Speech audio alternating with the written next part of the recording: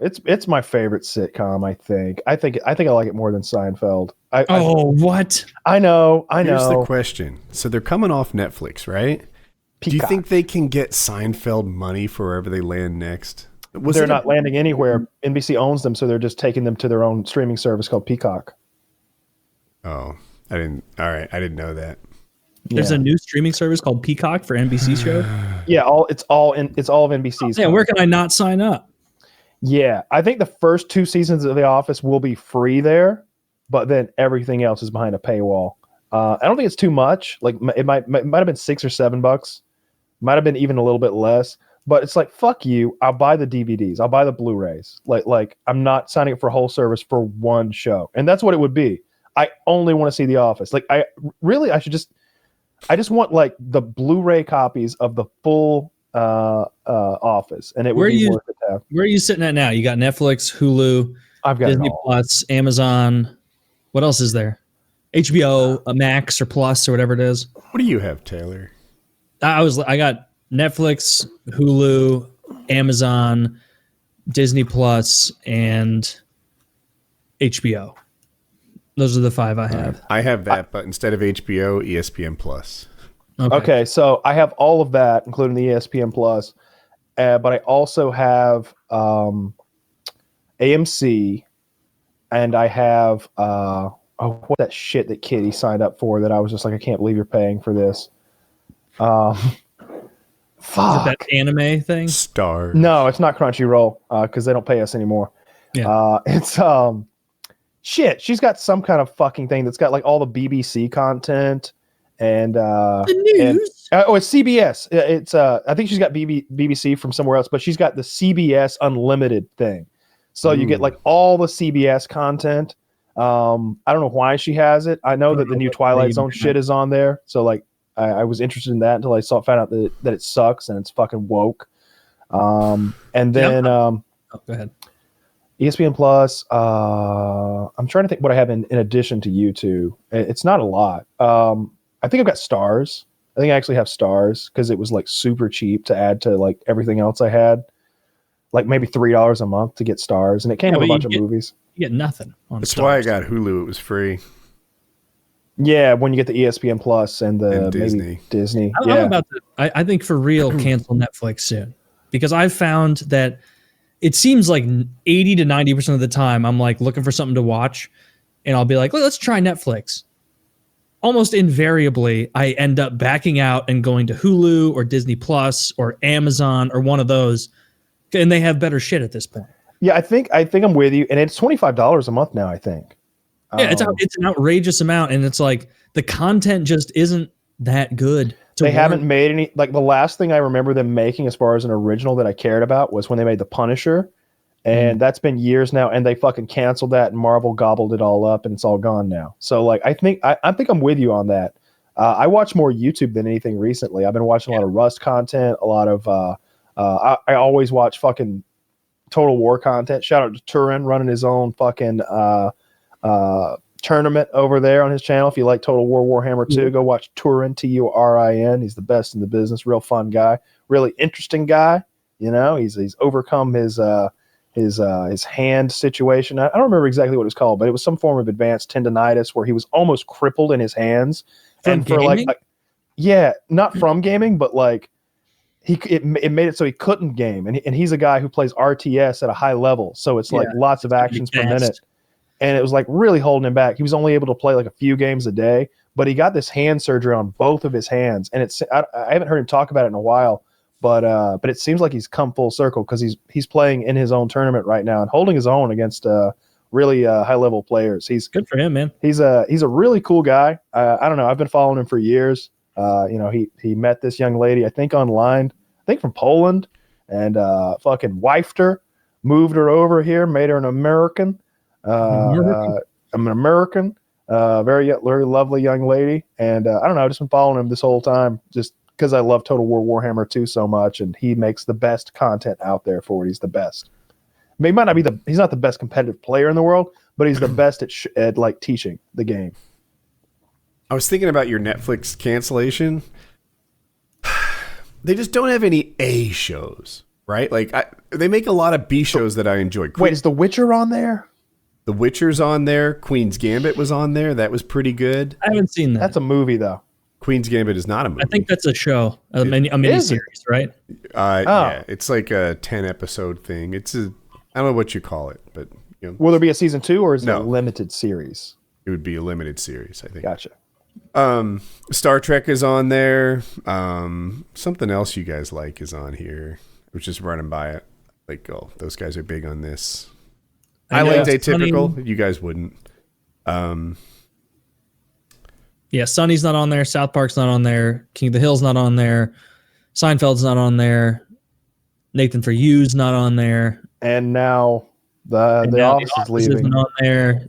Like it's just every time I scroll through Netflix, that's what I feel. For. I feel like Netflix is the illusion of choice, where it's like, hey, we got 3 good movies in this category, and you're only going to have to scroll through 10,000 bad stand-ups of people you haven't heard to get there. And it's like, man, there's so much on here. Oh no, there's not. It's a bunch of trash. I actually they have been usurped by these other services. Like I feel like Hulu very early on, Hulu branches out a bit into the movie thing, but ever since it was a free service online in like 2006 or 7 or whatever, like they've known their bread and butter is TV. And so they invest in the TV shows. They know people think Hulu, they think TV shows, not necessarily feature-length films. Netflix has been kind of muddled with their approach. They're trying to dip their fingers into every single thing. We got documentaries, we got comedy specials, we got this, we got that. And you're doing a bunch of things poorly instead of something well. So I kind of agree, but I'm open to this idea. Could it be that Netflix's real problem is their user interface?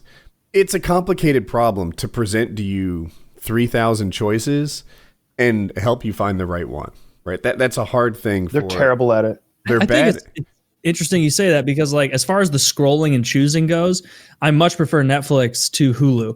Hulu's scrolling. Oh, that's true. Trying to find the details, but like I'll like turn on and it'll be whatever episode of The Simpsons I last left off on, and it's like, oh, I went in and did PKA, or I went in and streamed, and my girlfriend was on her computer and just let The Simpsons play, and so I'm 10 episodes ahead of where I was.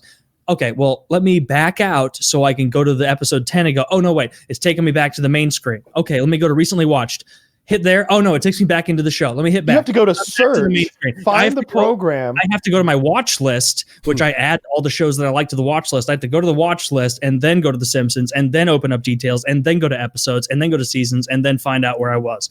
Like, it is the Hulu. I remember I tweeted at Hulu after they did their big, like whatever, like their style change like a year and a half ago. And I tagged them. I was so angry. I was like, this is fucking awful. This is not intuitive. I can't start where I want to start. I can't stop where I want to stop. And they like asked me. I want to speak to the manager. They responded to me and they were like, what would you like to see fixed? And like, I laid out a bunch of stuff that I wanted to see fixed. It hasn't been implemented. No, I don't think here's my let's say tonight I want to watch a horror movie. I don't know that Netflix can help me find it. They may have something I enjoy, but it's just buried in the 7,000 things they offer. Yeah, I agree with you there. And like, I've even looked online, and like they're like, here's the code you type in if you want to search for documentaries. Like you have to like go to their website and it's like ordering it's like ordering off the menu at McDonald's. Like here's how you get the double quarter fish fillet. You got to ask for the Captain D surprise. It's like, why can't I just fucking search for all the documentaries in one place? Why can't I click documentary and the HBO does that. Now, granted, HBO has far less content, but when you go to HBO's movies, there's an alphabetical fucking order mode. And sometimes when I really have no idea what I want to watch, I'll start at A and start scrolling. And maybe I'll find something like, oh, they've got The Abyss on here. Well, that didn't take long to find something at all. Let's watch The Abyss.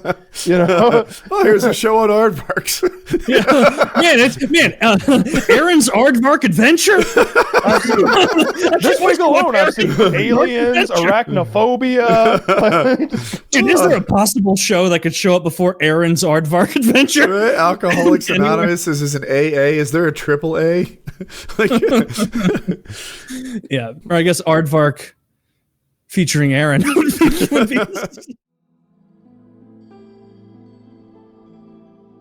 How much money does John Cena need? It seems like he's got a lot of it. He's got. I don't think he had that much when he was learning that. I don't know if he's got a lot of it. You know, hasn't he been the biggest professional wrestler for like over a decade? I don't know the world, but he's the only one I've heard of. I don't know what they get paid, first of all. But I will say this: his show got picked up for a second season. Finally, that thing happened 4 years ago, and they're like, all right, this summer we're gonna start filming the next. Are we talking about Peacemaker? Yeah. Oh damn, I like that too. 4 years. It was really good. I thought it was excellent. It had a really fun sense of humor.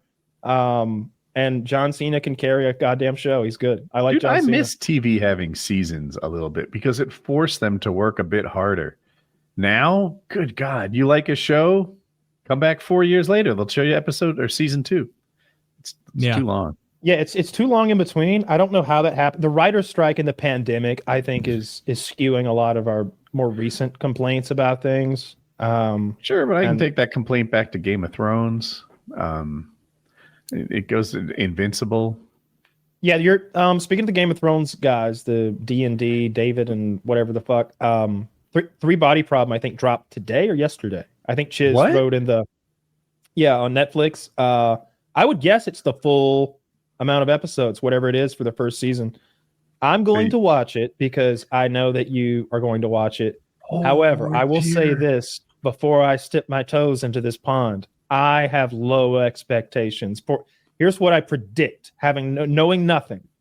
There's going to be too many characters that are now white and not Chinese. That won't bother me, but it'll bother like the main fans. And also the scope and breadth of this story is this is bigger than the 440K shit. It's bigger timeline. It gets wackier. It gets crazier. I'm not going to spoil anything, but it's a crazy timeline with that.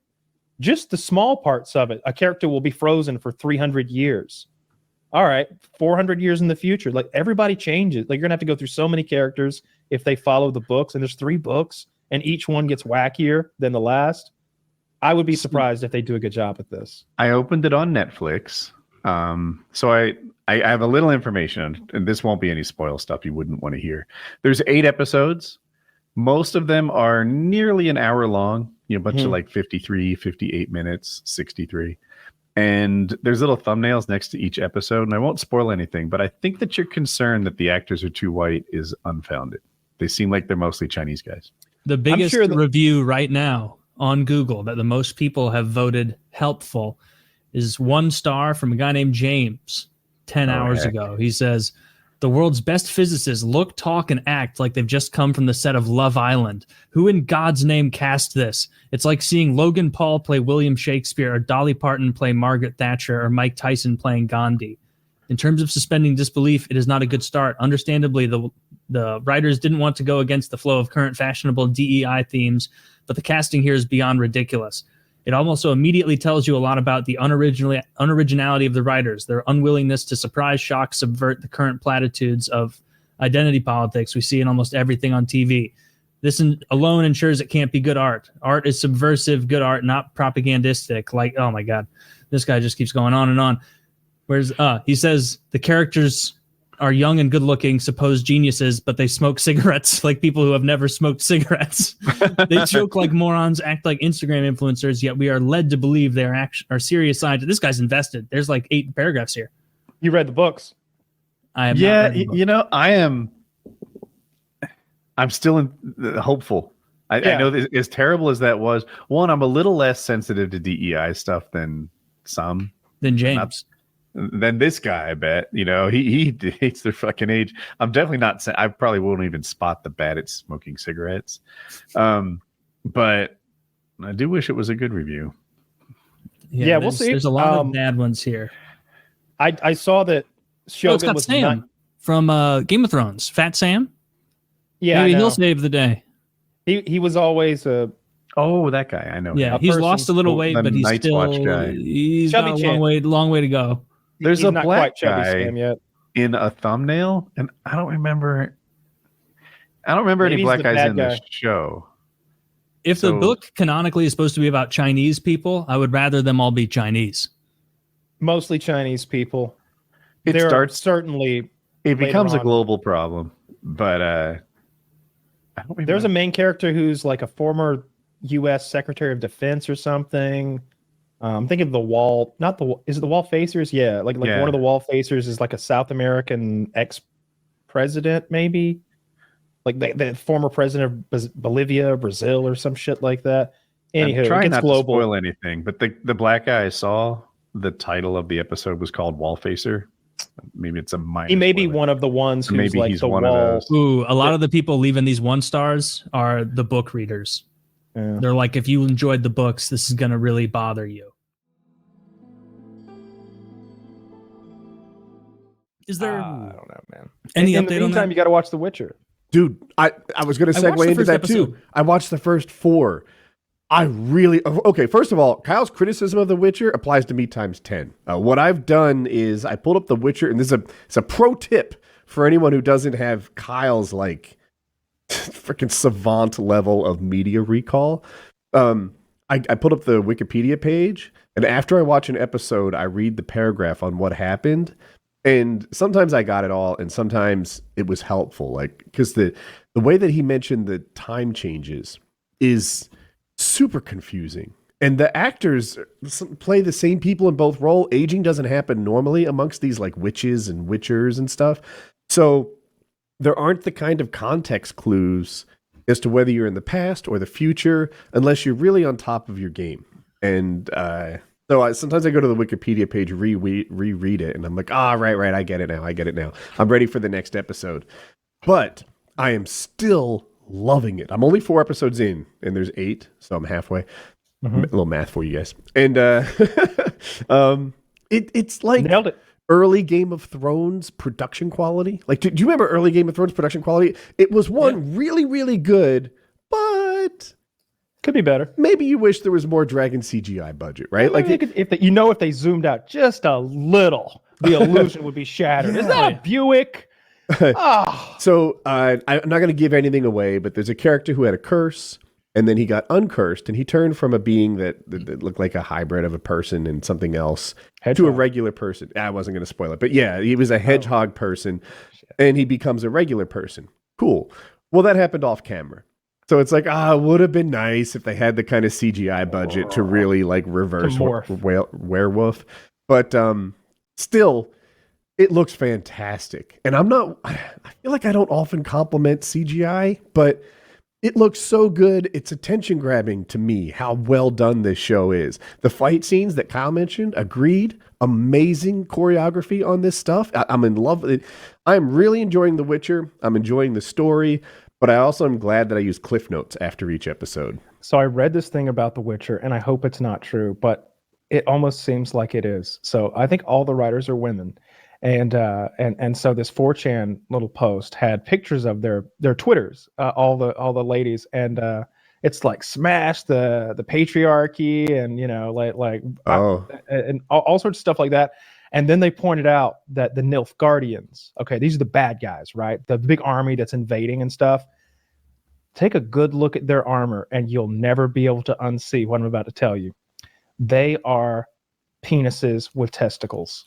Their helmets are a penis head, and their armor are shriveled testicle texture. What are they called again? I'm going to Google it. The Nilfgaardians. Nilf. That's some fucking ugly armor. Yeah, Nilfgaardians is one word. 2 thumbs down to that armor. That sucks. They're penis men. Yeah, I do see the shape you're describing. Hold on, people watching. I'm getting you a picture. Yeah. They're penis men. So people are worried about the writers messing up the show? Not an I think unreasonable that they were worry. It seems mostly like just eventually- pointing out that they're almost sort of making a statement with the bad guys being penises, and a lot of the good guys are gals. It seems like there's one major, obviously Geralt of Rivia is, or is it Geralt? Geralt, I think. I don't know. Is the main guy, and he's kind of he is the Witcher. But there's a lot of ladies. I love the show. I like it. I like it a lot. Would you say too many ladies? I'm not as far in as you. I'm 1 episode in. Here's my thing. You can never have too many as long as they keep getting naked at this rate. There's a lot of nudity. When I saw the what I'll call the disabled lady still look banging naked, I'm like, yeah, Kyle was on point with this. Yeah, she fucks. right? She's on top. She's cowgirl, and she's fucking, and she's naked, and I'm just like, I mean, disability or not, 2 thumbs up. Them titties ain't retarded. And she like magicked an audience to watch them fuck and applaud when they came. It was so bizarre. At first I was like, why is everyone watching them fuck right now? I thought this was like done in secret. And then they disappear. I'm like, that was just some weird kink she had. Okay, all right. Jesus. Wouldn't that be, think of how much better fucking would be if you had an audience just cheering you on. That's why I exclusively fuck on Chatterbait. They got a big number 1 finger. Yeah! Cheering you on. They're all wearing jerseys of you. 69 on the back. They wear big foam helmets to yeah, fuck. That's literally that episode of Rick and Morty, right? You know, where he's like, he fills the stadium with everyone who looks at all like her and everyone who on the planet who looks like his dad. So his dad's watching him like have this crazy orgy and they're all cheering in the stadium while he fucks. You know what I liked about, just the one episode of The Witcher that I watched was like, I don't even know much about the character or the universe or anything, but Henry Cavill, whatever his name is, Cavill, that guy is so cool. Yes. Like he looks dope. He looks awesome in his little outfit and shit. So I'm all on. They said he was so muscular, he keeps wearing out the costumes. Really? Dude, that rules. That guy's awesome. I like, so he played Superman, and Superman, when you get the role, seems like it's awesome. But then you realize everyone who's ever played Superman, it ended their career, right? Tell me the people who went on to have great post-Superman careers. Even if they're not paralyzed. Yeah. So they asked him, like, hey, are you worried about the Superman curse where it's going to ruin your career? And this is like as he first got the role. And he's like, yeah, a little, it's a thing that's known. But I saw him in The Witcher, and suddenly I am on board with this guy, like not too far from Chris Pratt. You know, like I want him to do well. I like him in The Witcher.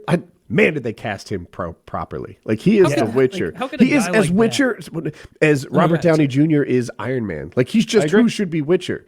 So that's part of why I like it. I'm hoping to get more of a budget next year because I feel like if I point out some of the CGI shortfalls, it'll mess it up for others. But that big tarantula monster that he fights in the first 30 seconds of the show looked quite terrible to me. And then like the deer that's also in that scene is also CGI, and that looks pretty awful too. I didn't catch what you saw, but so I will. I almost want to rewatch it and see if I agree. But I'll say this: we're not talking Walking Dead deer. With that, like no. It passed my test. You know. Yeah, I just want it to be a little better. The Witcher starts fast. It hits the ground running. And I wasn't prepared for that. Like in the opening 30 seconds, he's already battling a notable monster.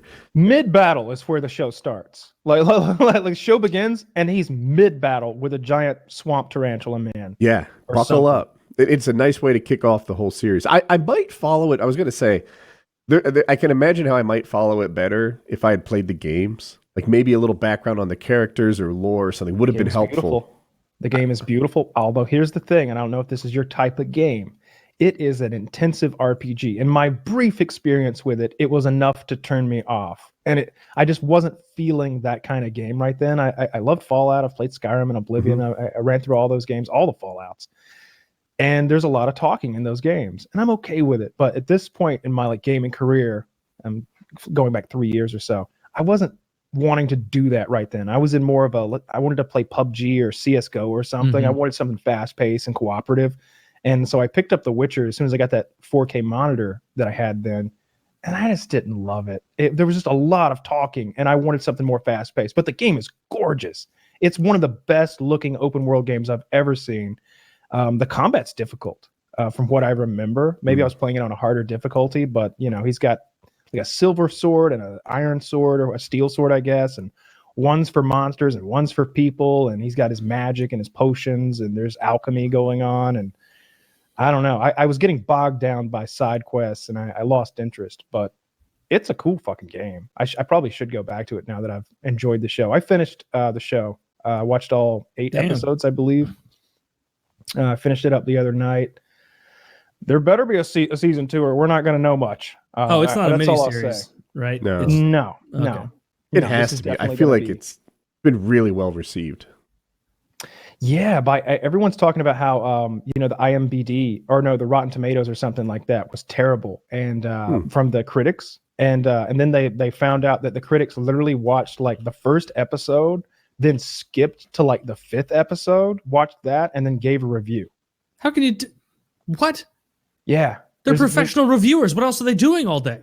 They have to skip the 3. They've been getting a lot of shit because of that. There's been a lot of articles written like shitting on them for doing that, because the Rotten Tomatoes fan score is like 89, 93, somewhere in there. Yeah. Everybody's really digging it, and I feel like it's come at a really good time. If this had came out 2 years ago, like mid Game of Thrones, I don't know about this show. There's not even any dragons. Look at that dragon, looks like shit. But this is We're thirsting for this show right now. Yeah, people have a big hole of fantasy in their heart left by. Have you gotten to the episode where there may or may not be a dragon yet? No, they just got married. Okay. Yeah. What an absurd. I don't know what's coming. You like how I did that? Now, have you gotten to the movie where the ring may or may not be thrown into Mount Doom? No, they just got married. You haven't seen the one where Bruce Willis may or may not be dead the whole time, have you? That's Check it a out. good movie. Good ending. That is a great movie. That was the first movie I can remember watching where a twist absolutely got me. I was maybe like 12 years old or something when I first watched that. Yeah. And first of all, that scene where, who is it, like Jonathan Taylor Thomas or whatever the fuck young kid is in it. I don't remember his Haley name. Joel Osment, I think. Haley Joel Osment, one of those 3 name kids. And he went into his little sheet fort, and then he's got his light, and he's and he turns around, and that girl's like, that scared the absolute shit out of me. That was the first time in a movie I remember, because I hadn't watched many horror movies, so I was only 12. That scared me to death. Me too. At the end of that movie, like I'd never had a movie blow my mind like that. Like the second time you watch it, of course, you like to pretend that you're smarter than you are, where you're like, if I'd been actually paying attention to the clues, I would have put all this together. But you Like wouldn't. when they're sitting having dinner and he's like trying to get her attention and she's not responding or anything. Yeah. All those little tidbits. But yeah, that I like, movie holds up for sure. Whenever I'm dating someone, I like to take them on these like movie adventures, and that's one of them. I asked them, "Have you seen The Sixth Sense?" And if they say no, I'm like, "Oh, you're gonna like it." And I don't. That's all I'll say. And then we watch it, and I love to like look at them as their mind gets blown out of their fucking skulls right at the end. The same way that like the Game of Thrones episode where the Red Viper of Dorne fights the mountain, and has that crazy ending where the mountain crushes his skull. I watched that with my girlfriend at the time, and I had already seen it, and she came over, and I'm like, yeah, let's watch the new Game of Thrones. I already saw it, but I'm not gonna say a thing. And just looking over there at her when she's just like, yeah, oh, no. And he's just, and it like it's that thing Woody always says. It's like, all right, we can come back from this. Yes.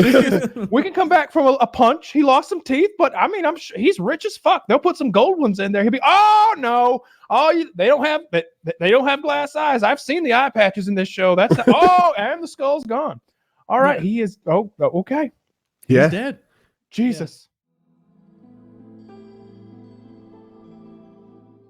Today I was watching that hockey show that you guys recommended to me, and fucking loving that shit. What's it called? It's called Taylor's Untold Crime and Penalties. This is the story of an actual mob boss. Oh, I know this. Yeah. Okay, he bought his 17-year-old son a minor league hockey team, and you might think, oh, so the kid owns a hockey team, but what does that even mean? No, he's like the general manager and the president. So he picks the players, he runs the fucking show. And he picked he's 17 and he likes WWE. At his birthday party when he was 12 or 13, The Rock was there. He was. There's footage of it. Yeah. Did you see they had a WWE night at one point during their season, and John Cena showed up to hold his belt? John Cena showed up. This this is a show where they split time between the mob and the FBI, and then intermixed is like John Cena, Triple H, The Rock, Wayne Gretzky's Brent Gretzky, little brother, and like all these other people palling around with the mob, and it's like okay, I'd love to hear The Rock tell this story. Like I'd love to hear his end. You're liking it a lot so far, right? I'm digging it quite a bit. It's so funny. I like how violent they are. I like how like just hard fucking core they are. I like how they pay them with like envelopes and bags of money. And the players knew, right? The players are like, yeah, I got a check from the hockey team, and then another one from like a waste management company, and another one from Help Me Out, Taylor. What were the other checks? It was like a cleaning service, waste management, like a bunch of like bullshit, like. And it was like not just the players on these payrolls, their wives were getting checks for it. They're like, if they had an adult child, they also worked there. It was just money laundering through a minor league team. And like to the fighting point, I've never seen so much blood on the ice as the fights that they did. Well, I mean, like to your point, like it was like opening game, or like they're about to drop the puck for the first time of the year, and the fucking mob boss calls down and tells like one of their new players, as soon as they drop that fucking puck, you drop your glove, you take that guy the fuck out. And he's like, so what? Of course, you know, I was just looking for I was just looking for a motherfucker. He had just given me a duffel bag of cash, and so I decided to do everything he says. Yeah.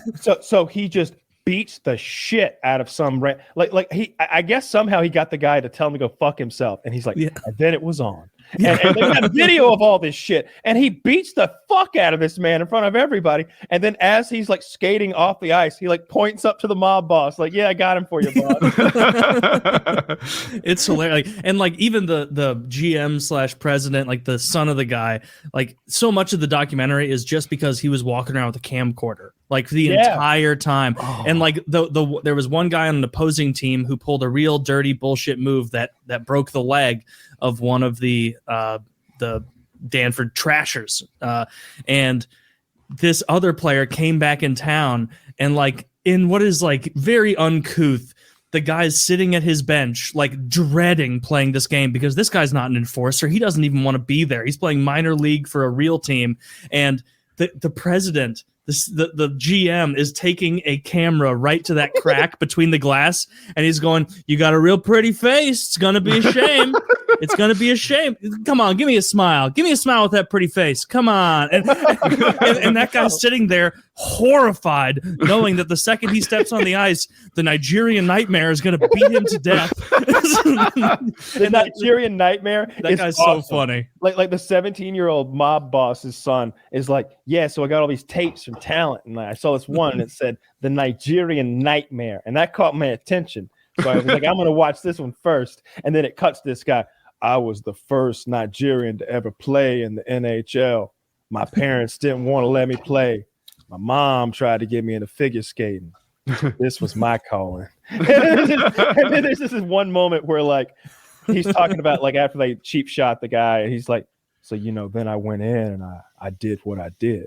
And it's great. Like, I've never seen anybody beat up multiple opponents in a hockey. Oh yeah, he like very. I didn't know that was an option to beat someone up and then skate to the next closest guy and beat them up. But like the Nigerian Nightmare as a human, clearly he clearly matured a lot throughout like the time since then, and so he's like almost like looking somber, like. Yeah. And then I just, you can watch the footage. I did what I did. I did what I did. You know what? My actions speak for themselves. I'd rather not address it. You could just roll the tape. I know you're going to. The fact that they were one who grabbed the coach by the fucking tie. You talked about the camcorder thing, and that's great because the pretty face guy, he's coming back, and everyone knows he's going to have to face the music for hurting this player. I'll call it a few months earlier, and. Everybody knows, including the broadcasting crew. So as soon as the fight begins, it cuts off, it says technical difficulties, and it plays some elevator music. Mm-hmm. And they're like, yeah, the broadcast crew cut it. So the only people that know what happened are the people that were there. And the people that saw my personal camcorder footage of the fight, and I'm like, oh, you gotta, oh, you gotta, oh, you gotta, tell me you gotta, and then bang comes on, just wrecking the guy. And I'm like, you got the footage and you're showing it to me. It's so like I don't know if you guys have ever been to a minor league hockey game. I went to a few ECHL games, which is a minor league below this one. I went to AHL. Yeah, I lived in Boise. Yeah, what's up? I just want to say, like, this is a big deal. This hockey team, like it's NHL, and then this is like 4 steps below. I thought that's what it was when you initially described it. I thought this was like beer league type thing. Some bullshit team. This is like minor league hockey. It is an embarrassment to the game, to the commissioner of the league or whatever point.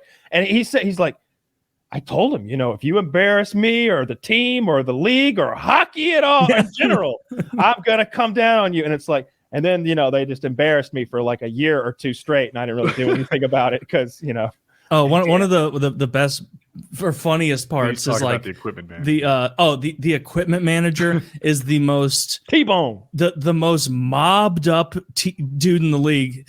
T-Bone's his name, and he genuinely would go into other teams' locker rooms. Let me jump on you. Yeah. They go to the commissioner, and they're like, the equipment manager. Never in the history of the league, or any league, or the history of hockey, have we had to suspend an equipment manager before. They fined and suspended the equipment manager because, Taylor?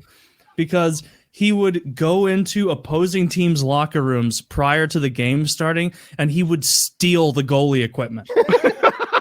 And so then the goalie would be like, I don't know where my stuff is. It was here. And they'd be like, well, we have a loaner set of horrible pads that you can wear. And he did that multiple times. He's being interviewed about it. They're like, do you know anything about, goalies having their equipment stolen? He's like taking a puff on a cigar, like, that'd be really unprofessional, wouldn't it? That'd be wildly inappropriate. So the other team has, 30 players on it. How many people are on a hockey team? 25 players? Yeah, 24. So yeah. And they gave them 6 paper thin towels for 24 players to share. and then this is the most spiteful part. And he's like, that sounds bad. We don't have endless towels. That doesn't sound up to code, right? That's got to be wrong. Somebody miscounted. Like those first 2 things, it's like, that might make it difficult to win a hockey game. Yeah. The last thing he did was just spite. He would turn off the hot water. This is the shower they're taking before they go home. The game is done. This is spite. It's like letting the air out of their tires in the parking lot. It has no effect on the goddamn game. It's very uncouth to put threatening messages in visiting teams' walls and stuff. I think at one point, like, he or someone else wrote like "Welcome to Hell" as on like the banner of the opposing team's locker room. And what I liked is that they weren't just a bunch of bruisers. Like, the kid as a GM did a tremendous job. The team was winning. They were winning more games than they were losing. It is important to note the salary cap affected every team but this guy. Yes. He had unlimited money to put together his all-star team. There was an NHL lockout. So they're like, we need a goal scorer. And I remembered, I really like this guy who scored the game-winning goal for the NHL Stanley Cup Finals. Yeah. So we got him, and they just paid him with duffel bags of money. Yeah, they did. It was a guy like it showed, and he's there. I love that's what I love in documentaries and shit like this, because it's one thing to say, and then Donald Trump walked in. If they cut then and Donald Trump is there on tape, you're like, oh shit, let's hear his. So then I walked in. Yeah, they do that with this. They're like, so and they show this guy's fucking hockey card. It's like, what's this the name of it again? And then they show like ABC footage of the NHL finals and this guy winning the cup. And then they just cut to him sitting in a chair as part of this whole documentary. And he's like, I mean, they offered me so much goddamn money. and then they show, like, the guy's name is Mike Rupp. He scored, I think, like the 2003 Stanley Cup winning goal for the Devils. And the guy was like, I liked Mike Rupp. I remember being a Devils fan. And so I thought, let's sign Mike Rupp. And a guy who's career NHLer. And they signed this guy, and he's a center. in his NHL career, he only had 99 points in 610 games. That's a fourth line guy. Not that impressive, a grinder probably. Then it shows highlights of a true blue NHLer in this league, and he's dangling like he looks like a fucking all-star, and it's so unfair to like the fucking Manchester Monarchs or whatever the fuck other team where they're like, we couldn't afford to give Mike Rupp duffel bags of cash, and he's scoring 3 on us in a game. If I were a viewer, I'd want the name of the show in the scroll. What was it again? It is Untold Crime and Penalties. The name of the series is Untold. If you go on Netflix and you literally just search hockey, it's the first result. It's a really entertaining. It's like an hour and a half. I'm not done with it. Yeah, I'm not done with it. I think like one of the last things that I saw was the part where they have broken the man's leg and found out where the player lives and where his family works and shit. And they have asked the man whose leg is broken, like, hey, how do you want us to handle this? Like, they're asking if they want them to like go after this player in the real world and get him and hurt him somehow. It's crazy. Ooh, I love that. Yeah, we didn't tell this. They're like, hey, we got his home address. You need anything done? You tell us how you want to handle this. And it's just like, whoa, wait. I understand this code. Yeah. He's offering to murder another player. Yeah. And then it goes to the guy, and he says to the camera, and like whatever the bad guy's name is who had injured him, he's like, "You better be glad I kept it on the ice, you bitch." And it's just like, yeah, you better, because like Tony Soprano was sending some boys to your house to fucking knock you off. That's the other thing. This guy's this is literally Tony Soprano. Oh yeah. And then I've told Kyle this, but for the audience, the ending, which I won't spoil, I'll only say they do a real nice job of sort of putting a button on it. There's a period at the end of the sentence. You find out how this happens. I'll even do this. They do a like a current sort of get the gang together and talk sort of party. And, I recommend it. I think we all do. Real good show. You don't need to like hockey at all to enjoy it, because I don't. But I really like this. I like the mob, and I like ridiculous fucking stories. Like this was a bit of a national news story as far as sports stories go, because someone gave a 17-year-old a fucking minor league sports team. It was insane. I want credit. If you guys like this, viewers, this one was Woody's find. It was. I would never have found this if not for you, and I absolutely loved it. It was one of the best long things I've seen. No, just like Woody had history rewritten on Taylor earlier, this is a Kyle find.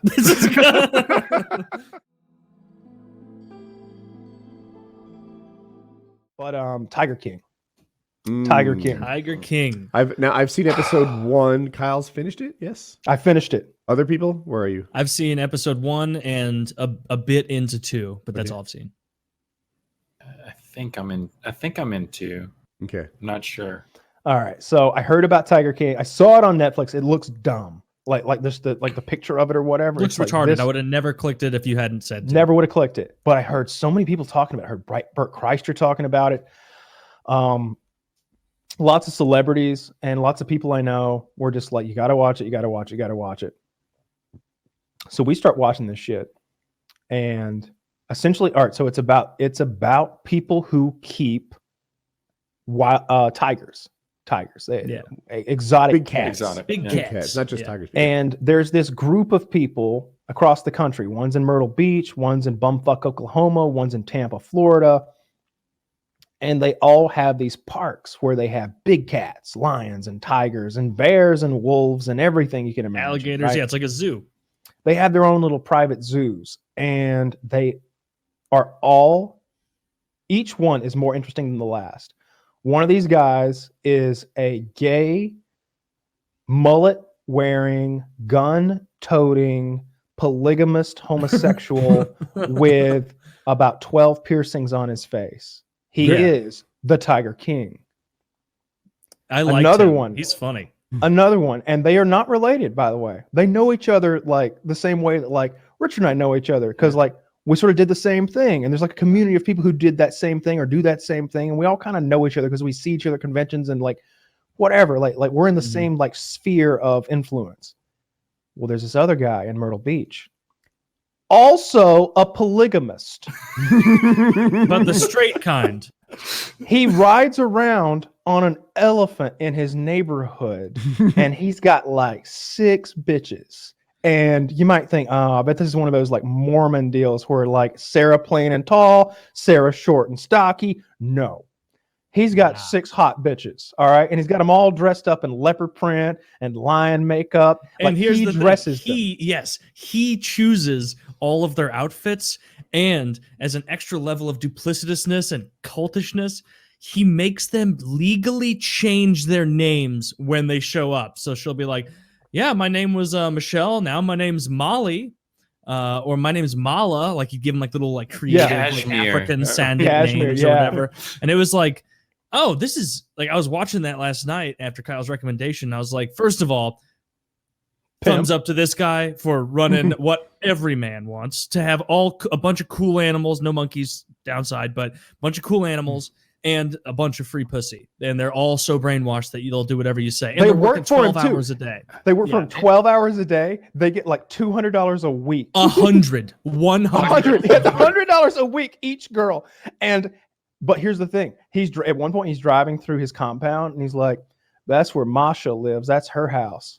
And that's where Dasha lives. That's her house. He's got each of these ladies in a nice fucking house. Like he's got like $2 million worth of houses just for his ladies. And then like, you haven't even described the antagonist yet. The antagonist is Hillary Clinton. She is so unlikable.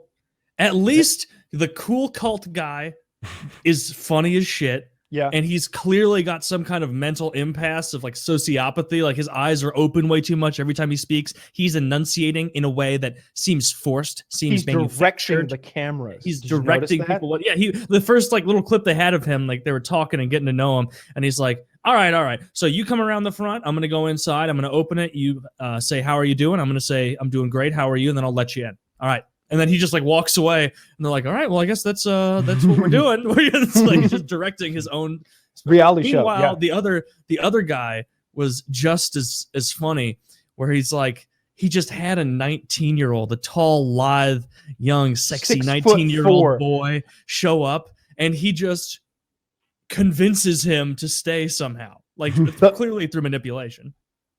So the Tiger King named Joe, he's already got one husband, right? Joe Exotic. This guy with meth mouth, who's a stocky fella, who, like good shape, muscled up, pierced nipples, tattoos all over him, and he decides time to add another hubby. And this 19-year-old guy like comes into his little sphere of influence, and they make a good point to explain to you, dude wears a size 16 shoe. Dude's hands are enormous. All right, he's dark. He's got this nice tan complexion. Looks like the Mediterranean. Big hands. They go over the hands like twice. The feet at least twice. The hands at least 3 times. They're letting you know this guy's got a hog.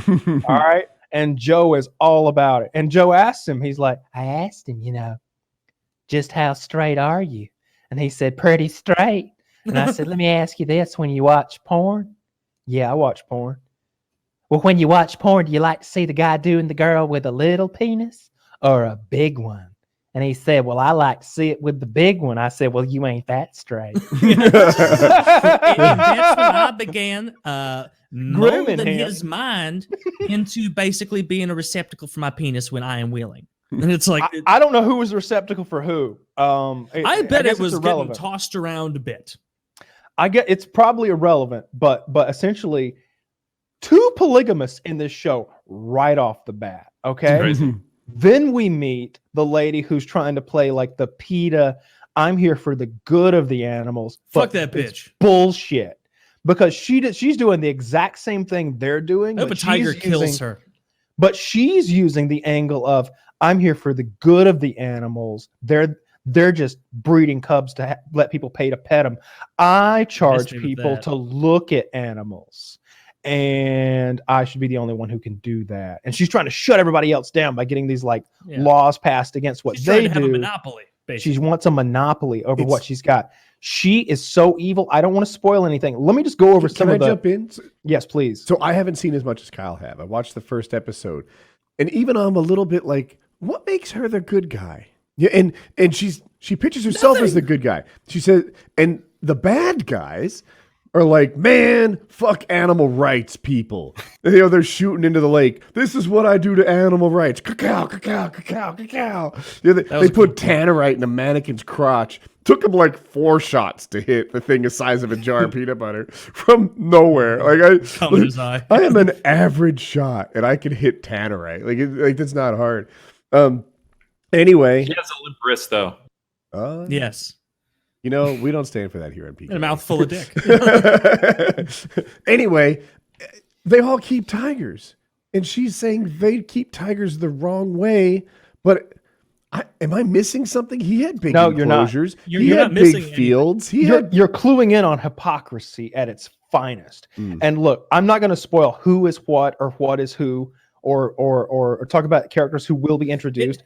Here are some of the high points of the show. Some of the things that I want to. I think you can go into it a little bit. Sorry to interrupt, but I think you can because what happens in the show, it's not a spoiler. It's watching how it rolls out. That's so entertaining. Like telling him that he's a polygamist, that doesn't spoil anything.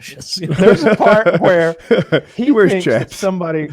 This is a minor spoiler. This is like a tiny little thing that happens in one episode, but he thinks somebody sprayed his boots with cologne, which cats are crazy about. They freak out over it.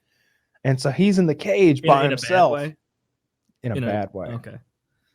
It's on his boots. It's on him.